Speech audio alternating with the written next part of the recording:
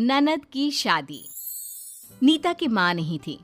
उसकी शादी का सारा जिम्मा भाई भाभी के सर था। देखो वर्षा, नीता मेरी इकलौती बहन है। माता पिता ने यह जिम्मेदारी मेरे सर डाली है और मैं चाहता हूँ कि नीता की शादी सबसे अच्छी हो, इतनी अच्छी कि दुनिया देखे कि शादी कैसे होती है। वर्षा यानी नीता की भाभी को नीता एक आंख न भाती। वो उससे हमेशा कंपटीशन करती रहती। जलन के मारे वो पति से कहती है, हाँ हाँ, हम लोगों के तो बच्चे हैं नहीं, जो है लुटा दो सब बहन पर। माँ पिता जिम्मेदारी दे गए हैं, अरे बच्चों का खर्चा देखे या बहन का। देखो वर्षा, मेरे लिए नीता भी मेरा बच्चा ही है। छोटी सी थी तब से मैं ही तो उसे संभाल रहा हूँ। बाकी ऊपर वाला है, उस पर विश्वास रखो, कर्म करो, फल ऊपर वाला दे देगा। नीता का भाई भाभी को ये कहकर वहाँ से निकल जाता है कि भाभी की माँ का फोन आ जाता है। अरे क्या हो गया वर्षा, क्यों परेशान हो रही है? सब ठीक है ना? भाभी अपनी माँ से सारी बात कह देती है। तू फिक्र मत कर, मैं रास्ता दिखाती हूँ, बस ऐसा करती जा तू। भाभी, आज वो रोहन के मम्मी पापा शाम को घर आने वाले हैं। उन लोगों ने भाई को भी फोन कर दिया है, तो नाश्ते पानी का इंतजाम मैं हूँ ना, देख लूंगी, तू फिक्र ना कर। हाँ। शाम को जब लड़के वाले आते हैं तो भाभी उन लोगों के सामने सिर्फ चाय लेकर आ जाती है। भाभी, मैं नाश्ता लेकर आती हूँ, आप बैठी। नीता किचन में जाती है लेकिन वहाँ कुछ नहीं होता। काफी देर तक जब नीता बाहर नहीं आती तो उसकी होने वाली सास कहती है, क्या बात है नीता, अंदर बैठकर सारा नाश्ता अकेले ही खा रही है क्या? थोड़ी देर बाद नीता बाहर आती है तो उसके हाथ में चाय नाश्ते की ट्रे होती है। घर पर बना स्वादिष्ट नाश्ता वो अपने ससुराल वालों को देती है कि तभी भाई भी आ जाता है। सॉरी, मुझे दफ्तर से आने में देर हो गई। आप लोगों ने कुछ लिया या नहीं? फिर वो वर्षा की तरफ देखकर पूछता है, वर्षा, क्या खिलाया तुमने सभी को?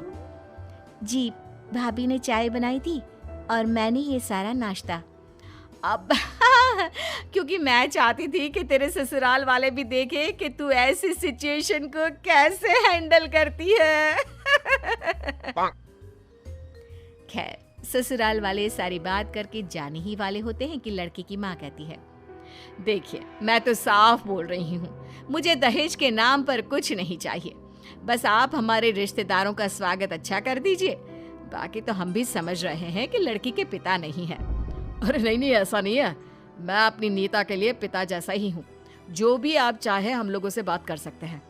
वर्षा, अब अरे जब आंटी कह रही हैं कि कुछ नहीं चाहिए तो क्यों बोल रहे हो? अब हमारे भी तो बच्चे हैं, क्यों आंटी जी, कैसे करेंगे सब कुछ? सास के साथ ही नीता के ससुराल वाले समझ जाते हैं कि लड़की की भाभी कैसी है। सास नीता के सर पर हाथ रखकर कहती है, तू किसी भी चीज की चिंता ना करना, बस खुश रहना और हमारे घर आने की तैयारी कर ले तू। सब वहां से चले जाते हैं। शादी का दिन नजदीक आता है। मैं बाजार जा रही हूँ नीता की शॉपिंग के लिए। अरे तो नीता को भी साथ लेकर जाओ। अरे नहीं, वो तो मैं लेन देन के कपड़े लेने जा रही हूँ जो नीता के ससुराल वालों को देना है। देखो वर्षा, नीता की होने वाली सास ने सिर्फ यही कहा था कि उन्हें कुछ नहीं चाहिए, बस रिश्तेदारों का स्वागत अच्छे से हो, याद है ना? अरे हाँ, याद है, क्यों चिंता कर रहे हो? नहीं, मैं चिंता नहीं कर रहा हूँ, बता रहा हूँ कि उनके कपड़े अच्छे लेना। क्या है कि किसी का मुंह ना बने। चलिए ना भाभी, मैं भी साथ में चलती हूँ, दोनों की पसंद हो जाएगी। लेकिन भाभी नीता को लेकर नहीं जाती और अकेले ही जाकर सारा सामान ले आती है। लेकिन नीता जब उन कपड़ों को देखती है, भाभी ये क्या है? ये तो घरों की नौकरानियां भी नहीं पहनती हैं। अरे कोई एक तो नहीं, 30 साड़ी लेनी थी, कहाँ से आता पैसा? तूने तो बोल दिया। अरे कौन सा ससुर जी पैसा छोड़ कर गए थे? नीता को भाभी की बात पर गुस्सा आ जाता है। वो रोते हुए कमरे में चली जाती है कि तभी पीछे से भाई आ जाता है। अरे क्या बात हो गई नीता, रो क्यों रही है? तभी भाभी बात को पलट देती है। वो क्या है ना, लड़की है, शादी के बाद विदाई हो जाएगी ना, तो सोच सोच कर रो रही है हमारी नीता। हाँ, ये तो है, उसके जाने के बाद तो घर सूना ही हो जाएगा। वैसे तुम सामान लेने गई थी ना, ले आई? जरा दिखाओ तो। अरे रहने दो ना, एक दो सामान हो तो दिखा भी दो, लेकिन इतनी सारी साड़ियाँ खोलना बंद करना। लेकिन मैंने नीता को दिखा दी है। हाँ अच्छा फिर ठीक है, कपड़ों में कोई कंजूसी ना करना वर्षा, इज्जत का सवाल है। सभी मेरे ऊपर ही उंगली उठा देंगे कि मैंने ही बहन की शादी जैसे तैसे कर दी। उधर भाभी अपनी माँ को फोन करती है। माँ तुमने सही कहा था, चुपचाप काम करने में बड़ा मजा है, पैसे भी बच रहे हैं और किसी को शक भी नहीं हो रहा। आज ना मैंने लोकल शनि बाजार है ना, वहाँ से सस्ती सी 30 साड़ियाँ ली, देखने में भी ठीक ठाक और दाम भी मस्त। नीता सारी बात देख समझ रही थी, लेकिन क्या करती, अपनी ही शादी में बोलना उसे ठीक नहीं लग रहा था। ये सारा सामान मैं इस अटैची में डालकर ऊपर रख देती हूँ। लोकल मार्केट से अटैची भी सस्ती मिल गई। अरे वर्षा, वो शादी में जो हलवाई आएगा उससे सामान देख लेना क्या क्या लाना है, कैसे काम करेगा, और जो पैसे मांगे दे देना। क्यों नहीं क्यों नहीं। वर्षा की माँ शादी में आई होती है। नीता भाभी के पास किसी काम से जा रही होती है कि उसे भाभी की आवाज आती है।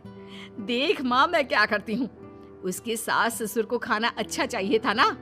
अरे अच्छा खाने के लिए अच्छे पैसे भी तो खर्च करने होते हैं, ये भी तो पता चलना चाहिए उन्हें। मैं ना सिर्फ पूरी सब्जी खिलाकर भेज दूंगी। हाय रे, भाभी तो भाई की नाक कटाने वाली है। मुझे ये बात अपने सास ससुर को अभी बतानी चाहिए, नहीं तो उन लोगों की मेहमानों के सामने बेइज्जती हो जाएगी।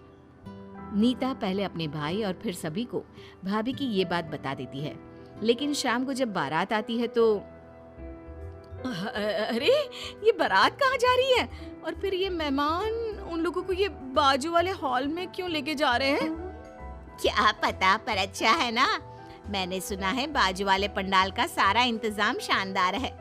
हर स्टेट का खाना मेहमानों के लिए रखा है, तोहफे से लेकर डेकोरेशन सब बढ़िया ही बढ़िया। अरे पागल है माँ, ऐसे तो उन लोगों की बेइज्जती भी ना होगी। रुक मैं देख कर आती हूँ। वर्षा बगल वाले पंडाल में जाती है, जहाँ वो देखती है कि उसका पति मेहमानों का स्वागत कर रहा है। अरे ये क्या है, आप यहाँ क्यों खड़े हैं? ये तो किसी बड़े आदमी की शादी लग रही है। हाँ, ये मेरी बहन की शादी है। वो तो भला हो कि वक्त पर तुम्हारी चाल का पता चल गया, नहीं तो। तभी नीता की सास भी आ जाती है। जिनके माता पिता नहीं होते ना, उनकी भाभी की जिम्मेदारी होती है कि वो उसे ननद नहीं बेटी समझे। लेकिन वैसे जिसके साथ भगवान है उसके साथ बुरा तो कुछ हो ही नहीं सकता। अब शादी में आप आई हैं तो खाना खाकर जाना।